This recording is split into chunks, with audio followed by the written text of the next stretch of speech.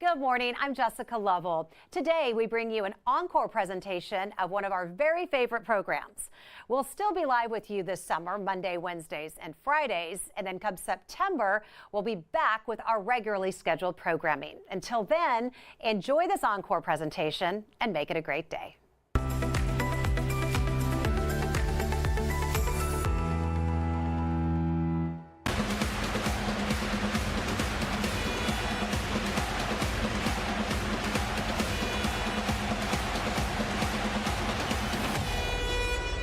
We are decked out in red here. We're cheering on the Chiefs ahead of Super Bowl 57 as the official healthcare partner of the Chiefs.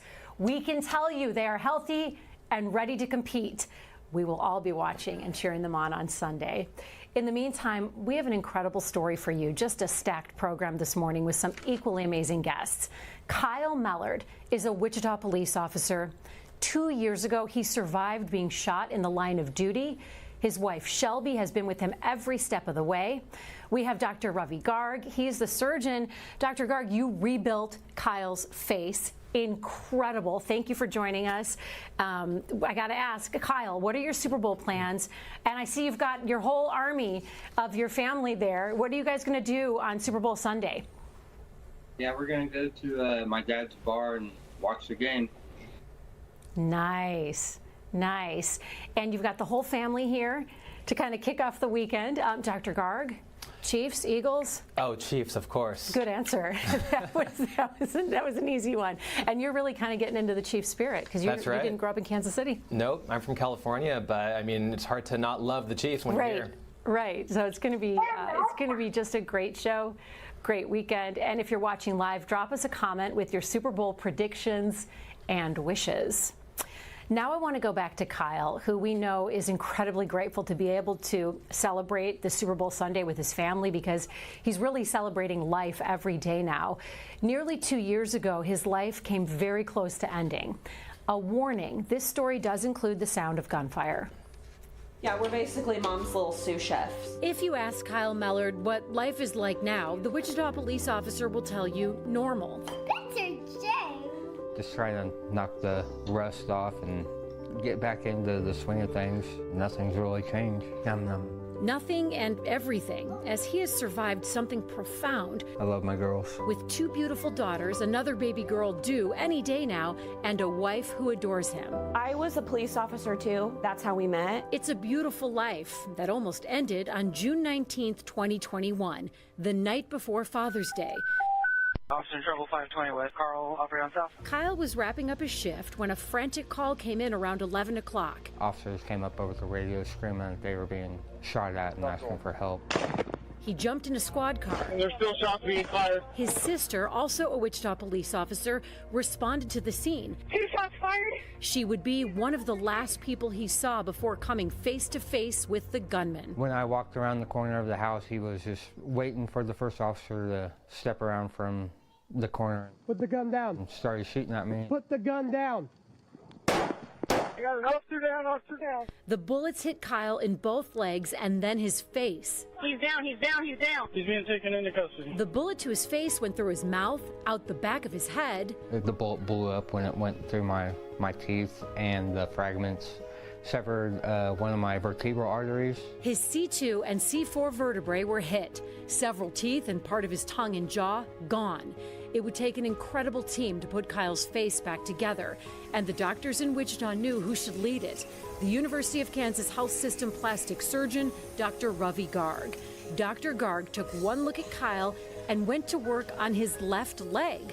Why? That's what Dr. Garg used for the jaw reconstruction, is my left fibula. Apparently it's not a weight-bearing bone.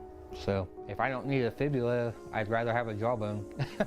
What followed was a 9-hour surgery, during which, piece by piece, Dr. Garg would use the unbroken parts of Kyle's body to put him back together. Take a look at these pictures. These are before and after pictures of Kyle before he came to see Dr. Garg for facial reconstruction surgery and after.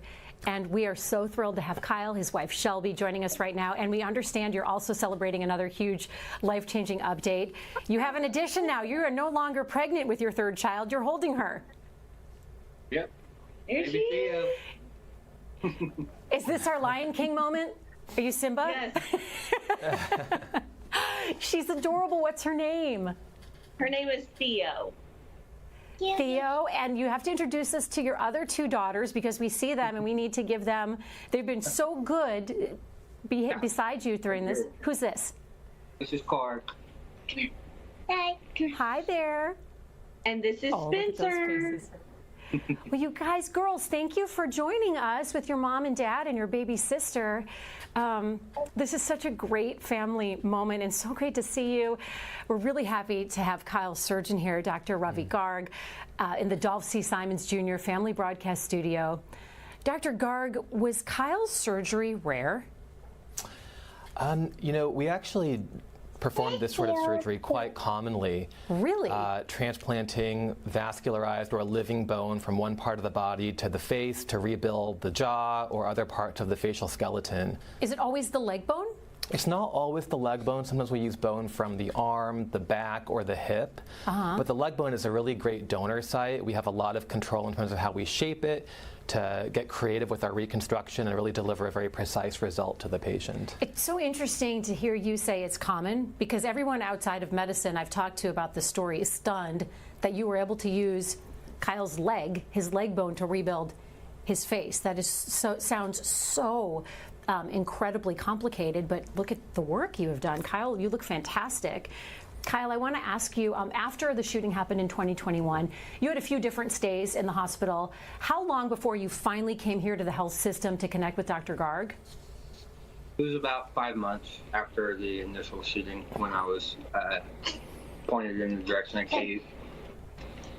So you had your injuries and you were living with all those preconditions that you had after your injuries. We have some pictures of you with that big halo brace on your head.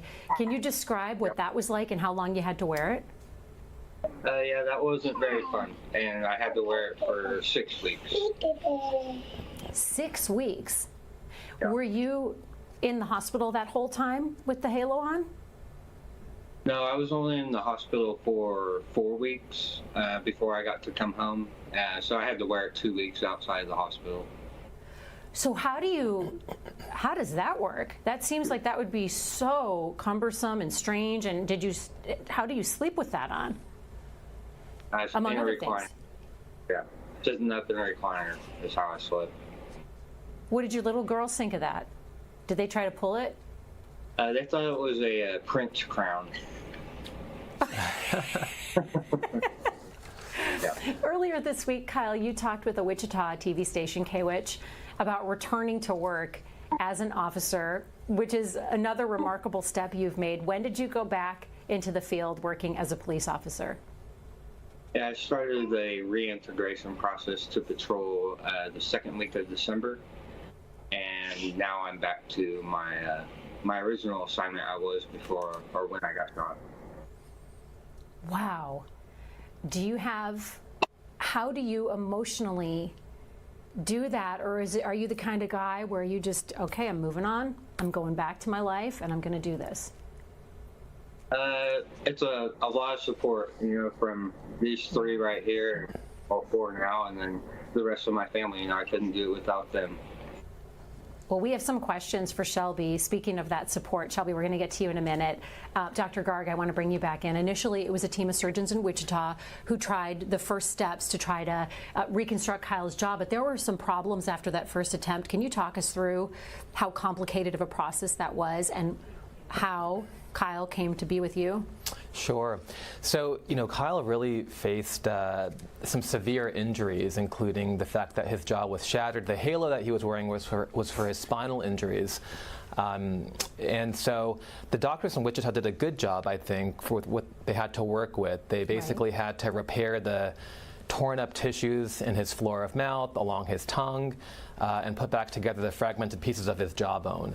And so they did a good job with that, but with such a bad injury, the problem was that he didn't heal properly in his mouth and developed what's called a fistula, or a salivary leakage between the floor of mouth and the neck, and the bone got infected and it didn't heal properly by the time I saw him, so we were then faced with a bigger problem that we had to solve. Wow. And what was it like, Kyle, living with the hole in the bottom of your mouth and the fistula, and how uncomfortable was that before you saw Dr. Garg? Yeah, it was very uncomfortable and definitely a learning curve, just trying to live like that. So I was very grateful when I was introduced to Dr. Garg, and he said that there was hope for more mortality. Dr. Garg, we have a rendering of what Kyle's skull looked like before he came to you. So I'd love it if you talked us through what we're seeing there in that red area. Yeah, this is a 3D reconstruction of a CT scan of Kyle's before we did surgery. It shows the initial reconstruction plate that was used to stabilize his broken bone. And that area in red demonstrates the bone that is not healed. It is fragmented, and it actually had some pus in it. So it was not healthy bone and needed to be removed. Dr. Garg, so many people are fascinated, again, that you were able to use his leg bone, particularly the fibula. What is it about the fibula? Because, Kyle, if I'm not mistaken, your other fibula had been hit by the bullets, right? Yeah, my right fibula was shattered. So you had one good fibula, and you were able to take it. So does he have no fibula now? Not in either leg?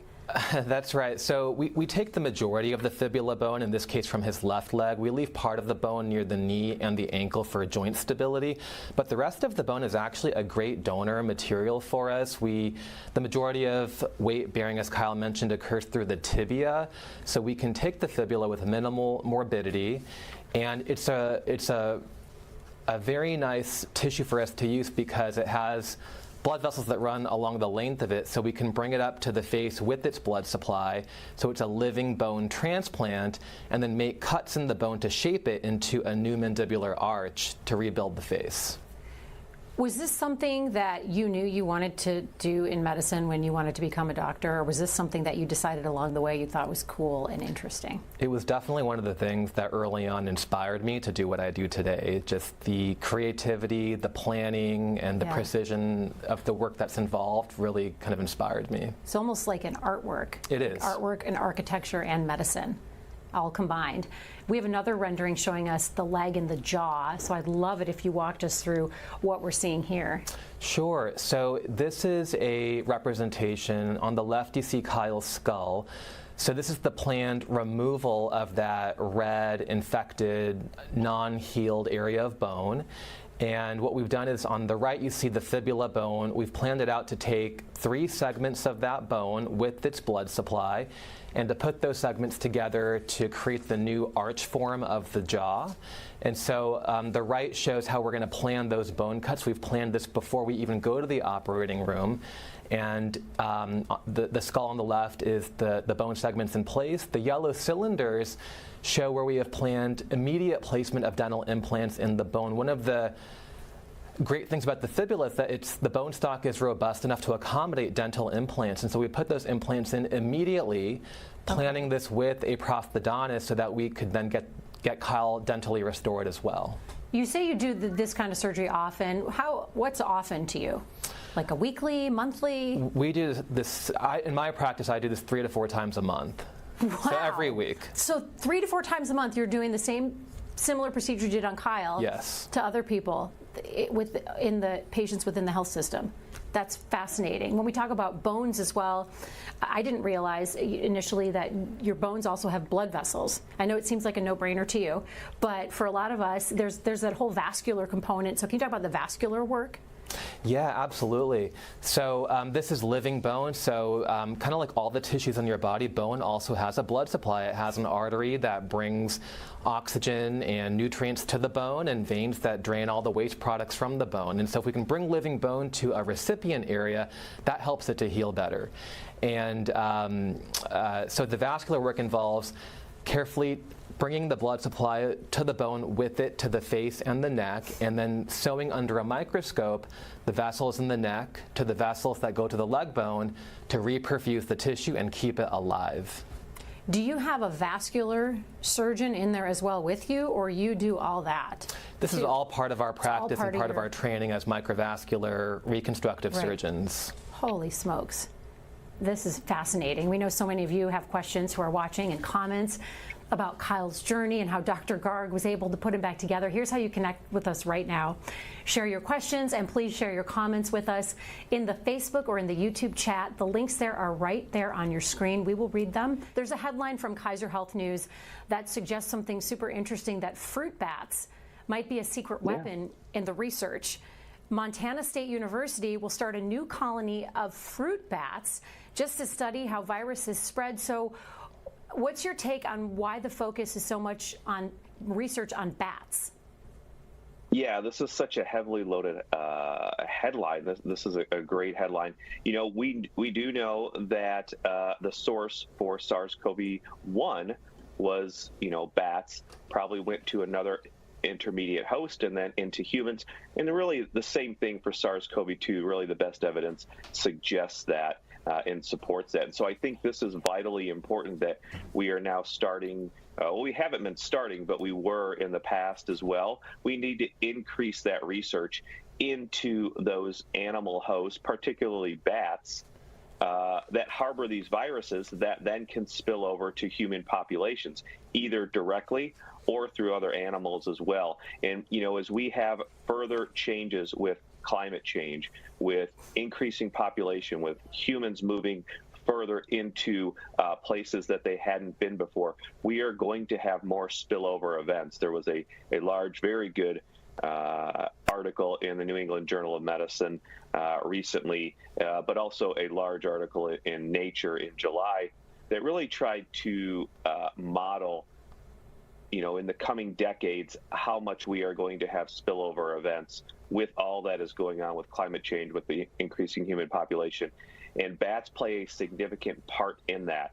And so if this is one more piece that we can learn about bats and how they may either fight off viruses or transmit to other animals, I think that's all good research, because we need to prepare now for the next pandemic. We need to continue to increase funds for science and research, increase funds for those infrastructures for public health, as well as other science and medicine, just as we had talked about the other day, not only here in the United States, but around the world in some of those other resource lacking communities as well.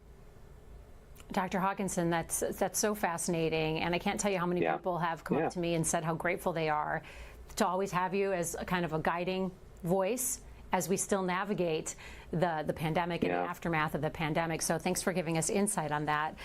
I want to go back to our guests now of Shelby and Kyle, because Shelby, I do have a question for you. You were inspired to get a special tattoo after this experience that your whole family survived.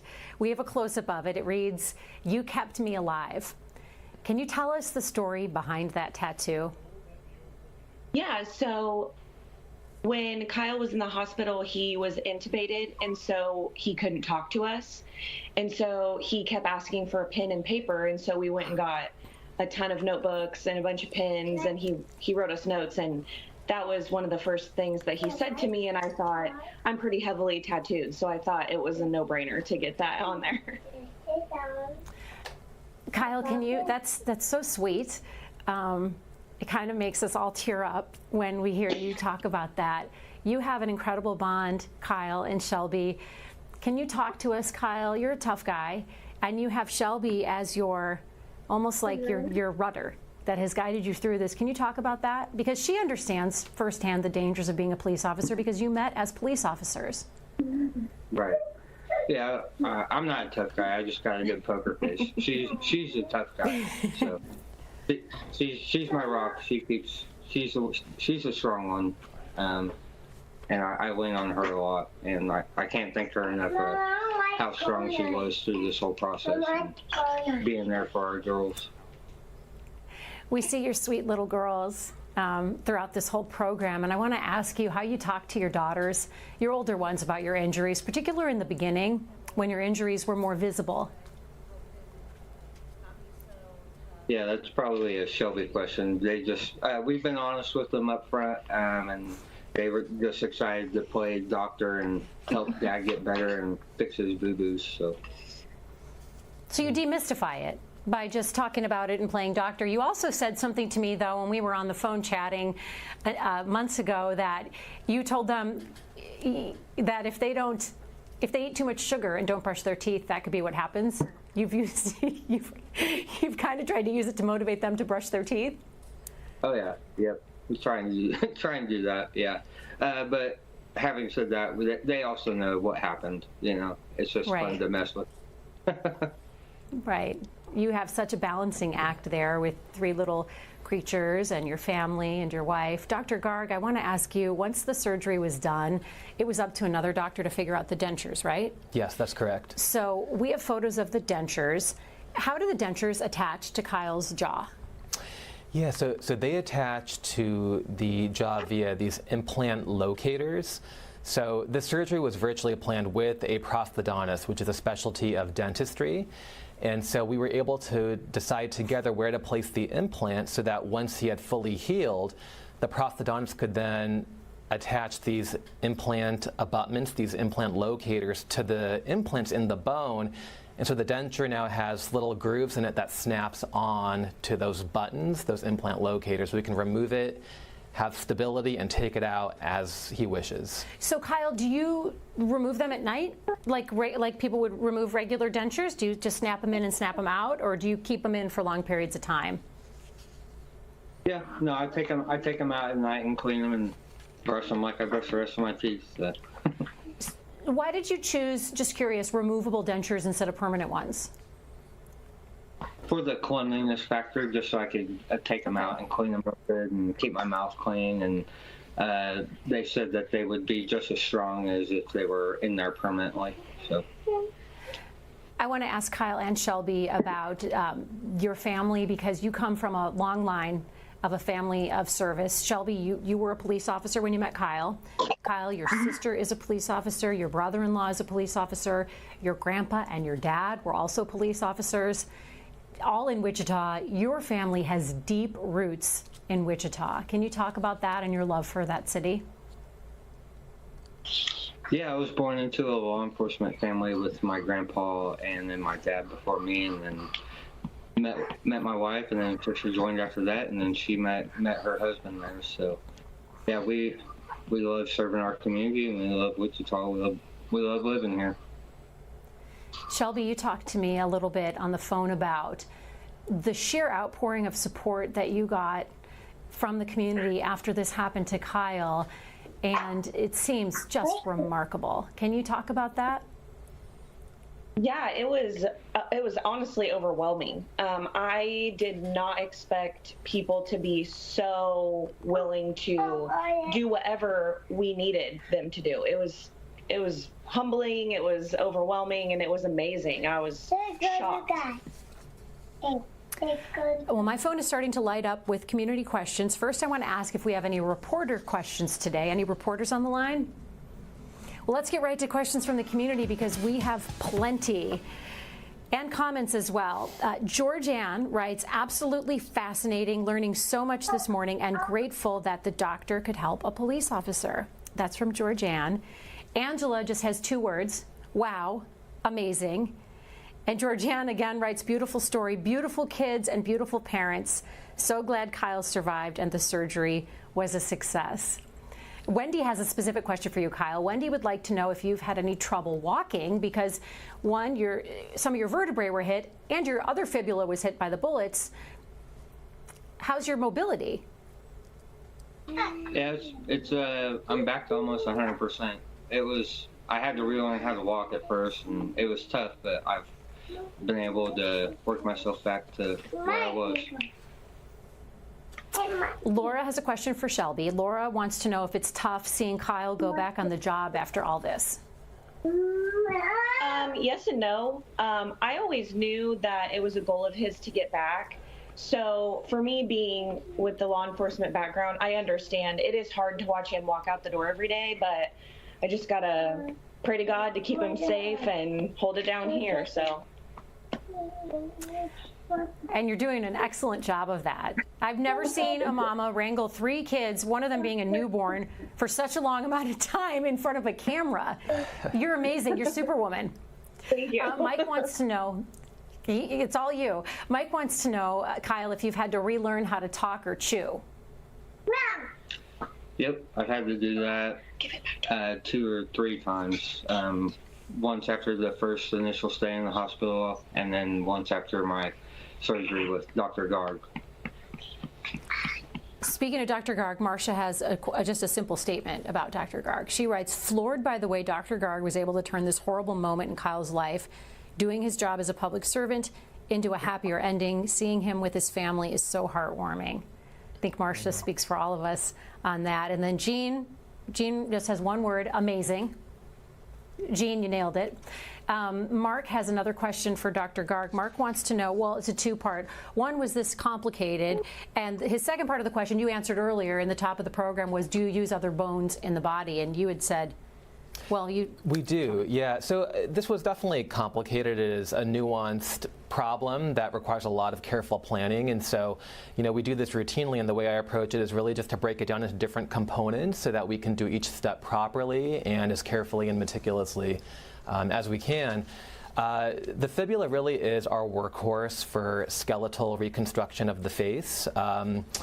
But we do use the scapula bone, the radius bone, sometimes the iliac crest bone from the pelvis. And those are also donor bones that we can use to rebuild the jaw, the midface, and the skull. It's amazing. A question from Janine, is there any more follow-up care, or is Kyle officially a former patient? Yeah, when I last saw Kyle in the clinic, I told him, we'd love to see him anytime. He's always, a phone call away. But, he's completed all of his surgery, and he's really an inspirational patient, really took this huge problem, this daunting task ahead of him in stride and persevered. So he's done with surgery, but if anything ever comes up, of course, we would see him back. So he's a former patient. Now he's a former patient, but still tweaking his denture with his prosthodontist. Right. Yeah. Which is a small price to pay. That's a small follow-up compared to everything the miracles that you have worked. Kyle, another person wants to know, do you have any bullets or fragments of bullets left in your body? Was there anything, sometimes you hear about how things are left in because they're not doing any harm. It's more complicated to take them out. Yeah, I'm full of bullet fragments. You should see me going through the airport trying to get onto an airplane. Really? So do you tell them the story? I mean, are they just looking at you like you're the Bionic Man? Yeah, basically. I light that X-ray machine up like a Christmas tree. And I'll just tell them I just got a lot of bullets in me. I feel like Kyle should get some sort of special card or dispensation so he doesn't get stopped at the airport after everything you've been through. That's going to be really interesting for your daughters, though, as they get older. They're going to be like, oh, Dad, we're late. Come on, come on. I want to bring everybody in for your final thoughts because this has been such a special program. I want to start with Kyle. What are your final thoughts? I can't say thank you enough to Dr. Garg. I'm so grateful that we were introduced to him and met him, and he was able to help me out. He's a blessing. I see Shelby next to you nodding her head. Shelby, do you want to hop on that thought? Yeah, Dr. Garg's incredible. His team's incredible. His nurses, they answered, probably 2 million questions that I had throughout the whole thing. Everyone made me feel super confident. I had no doubt that it was going to go well because he is amazing. Dr. Garg. The both of you are too kind. I mean, you really are the remarkable folks in this whole project that we've taken on. This really is a team effort. From my nurse Delaney to our bioengineers to the whole team involved in the surgery and the recovery. Everybody plays a role. And as a surgeon, we're very privileged to have the knowledge and experience of prior generations of surgeons who have developed these techniques, modern day technologies in the form of virtual planning and collaborations with dental specialists. So, getting to be a part of all of that is really exciting and fortunate for me as a surgeon. And again, Kyle has really done, and his family, the hard work, and so lucky to be part of their care. That's the most gracious deflection I have ever heard from a doctor who's performed miracles. Really. Kyle, thank you so much. Shelby, thank you. Dr. Hawkinson, I'd love it if you could take us home as we head into a huge weekend of football parties and Super Bowl parties. Yeah, let's do that. So first I want to say, just gratitude and thank you to Kyle and Shelby for their service and putting yourself in the line of fire every day and keeping our community safe. And we need to continue to support our police officers and those people that protect us. Also, just looking at this and working with Dr. Garg, we've worked on several cases together. Certainly, it's always great working with him and seeing that every day, those miracles that he performs. And just as he talked about the science and the research that came before him, we need to continue to expand our science and research knowledge and continue to put, just as Dr. Stites said, faith, hope, and science. And that is so important because we have these grand outcomes that we've had, and we've seen the story of today. And lastly, moving into the weekend, just how about that cuteness overload we got going on with the family there? And she's even wearing red, so that little princess is ready for the Chiefs to win too as well. So go Bring her Chiefs. back into the frame. Bring all your daughters back into the frame. We want to close out with the happiest sight ever. Yes. Yeah. Well put, Dr. Hawkinson. Look at how cute they are. All right, I need all your help on this last part, everybody. We're going to say 2 words at my count. Go Chiefs. Okay, are you ready? Thank you to all our guests. Thank you to everyone watching here at the Health System. We have been rooting for the Chiefs all season long, along with so many of you. So for one last time, are you ready? 1, 2, 3. Go Chiefs! Go Chiefs! Go Chiefs!